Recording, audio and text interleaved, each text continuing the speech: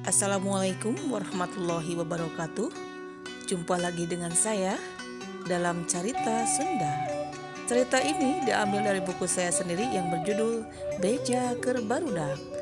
Kali ini saya akan membacakan cerita Usum Panen. Let's listen up. Usum panen. Ilaharna nyoo letak keur urang lembur mah teu aneh. Unggal poe pakasaban ukur ka sawah, ka kebon, atawa ka leuweung. Geus jadi bukti deketna jelema jeung alam.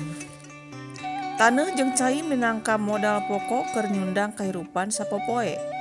Kolot budak geus biasa digarawe ari neangan sahuap sakopeun, tambah ngalamun di imah. Mimiti mojokan, magawe, babut, tandur, ngagasrok, ngagemuk, jeung ngarambet sok dikeureueuh wae ku sorangan. Mun saeutik mah sawahna. Beda deui lamun lega. Buburuh teh minangka pakasaban kareaana jalma. Di kebon mah beda deui. Aya nu sok ngahuma atawa malawija. Kayaning melak suuk, jagong, kacang gerentel atawa parehuma.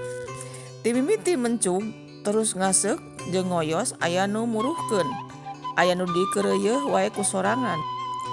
Tatanen mah arang nu untung ngan cenah manjangkeun huap wungkul. Kukituna lamun diburuhkeun ka batur teh asa rugi sabab beak ku modal wungkul. Ari bebeunangan teu sabaraha. Patani mah ngarasa bungah lamun lagu panen.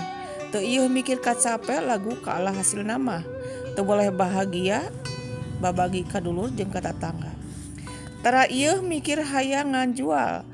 Padu mahi dahar ka panen deui atawa cenah hayang kaasaan.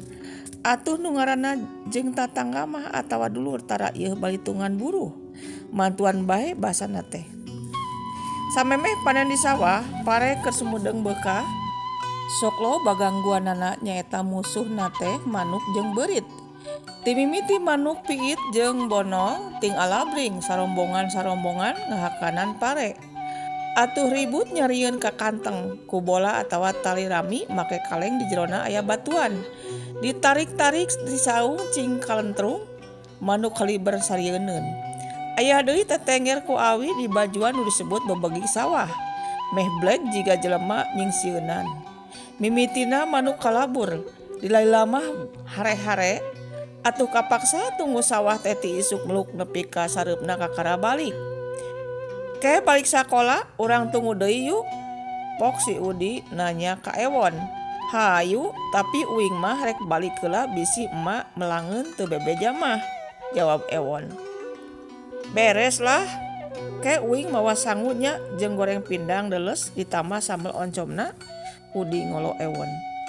Tunggu sawah sok gantian jeung kolot. Barudak mah bagian ti beurang balik sakola nepi ka burit, bari mawa bekel diteundeun di saung. Nyang kere bari tetembangan ngahariring sabisa-bisa ngapalkeun lelaguan nu diajarkeun ti sakola.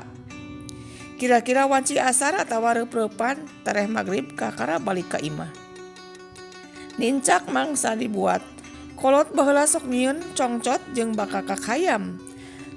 Tangtang angin, bubur beureum bubur bodas, udud tina carutu, rurujakan jeung cikopi. Tujuanna mah nyaeta meureun hayang syukuran kanu maha kawasa. Nu tos masihan kanikmatan jeung ngabulkeun sagala kahayang. Di antarana panen teh hayang untung. Ditingali tina sajarah kabudayaan mah anu kitu teh aya patula patalina jeung Hindu. Sanggeus Islam datang nu kararitu teh geus ditinggalkeun lobana ku budak ngora teh. Cenah mah kabangga-bangga kudu nyieun nu kararitu. Nganu jelas mah bisi mengpar patekadan ka asup syirik tina ajaran Islam. Memang teu nanaon teu kikituan oge dan nu nyiptakeun sagala rupa di langit jeung di bumi mah taya deui angin Allah Subhanahu wa taala. Kasup mahirupkeun pare nepi ka jadi pare deui. Ti janari keneh nu rek panen mah geus nyayagikeun sagala rupana. Ti mimiti dahareun nepi ka giribik geus dibawaan ka sawah. Ngabuatan pare aya dua rupa. Lamun di tahun 80-an mah sok make keneh etem. Etem diselapkeun dina jari jempol jeung jari manis. Matak cangkeul dibuat make etem mah jeung lila deui.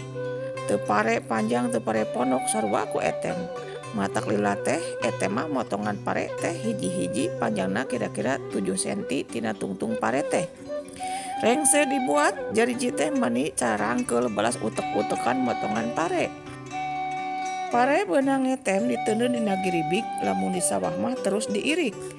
Ari di imah gedong mah cukup diirik na teras wae. Ngirik teh make suku ditincakan dibulak-balik sina menguragan parena. Atuh kabayang aratul jeung peurih suku teh, geus kitu mah tinggal ditaker ku nu boga sawah. Nakerna mah baskom leutik peranti angeun. 10 baskom kanu boga sawah, hiji keur nu dibuat. Atuh 50 taker teh ngan meunang 5 baskom. Nya nu bageur mah sok dileuwihan karunya cenah basana teh. Kabeh dieunakeun etem diganti ku arit. Make arit mah gampang jeung tereh. Tinggal gabres-gabres wae dit-aritan. Ngaritna ti handap keneh. Biasana nu dibuat teh loba nu mantuan ngarit jeung ngagebotna. Nyaeta ku tukang jarami nu boga sapi. Pare meunang ngarit teh tinggal ditumpukeun tuluy dicabok-cabokkeun kanu japrot luhureun giribik cenah muludul. Nu rek ngala jarami kudu milu cape ngarit pare heula. Sanggeus kitu manehna kakara boga jarami urut nu gacar. Sakapeung hayang tereh balik mah nya mangaritkeun nya ngagebugan pare sok ngabantuan nu gacar. Atuh di sawah teh rame sabagian-sabagian nu gacar teh teu pacorok. Pare nu geus beres ditaker aya nu dipoe di sawah jeung dibawa lamun geus garing. Aya oge nu dibawa ka imah boh irikeun boh poekeuneun. Nu beunghar mah sok loba giribigna ajangeun moe pare. Teu cukup di buruan imah moena teh, ka sisi jalan oge parat ku giribig. Lamun keur moe pare sok ditungguan da bisi beak ku hayam, entog, soang jeung meri. Atuh teu cukup ku diulang-ulang ku gantar awi, dan nu ngaranna sato mah teu ngartieun. Anger we kudu dibeberik ngarah ingkah sing jauh. Ari geus kitu sakapeung sok aral. Hoream lamun dititah nungguan poe pare teh. Diajar sabar bisa diterapkeun kana sagala hal kaasup keur dibuat nepi ka moe parena. Sabar dina sagala rupana da supaya aya hikmahna jeung insyaallah menang ganjaran. Itulah cerita usum panen. Terima kasih sudah menyimak. See you.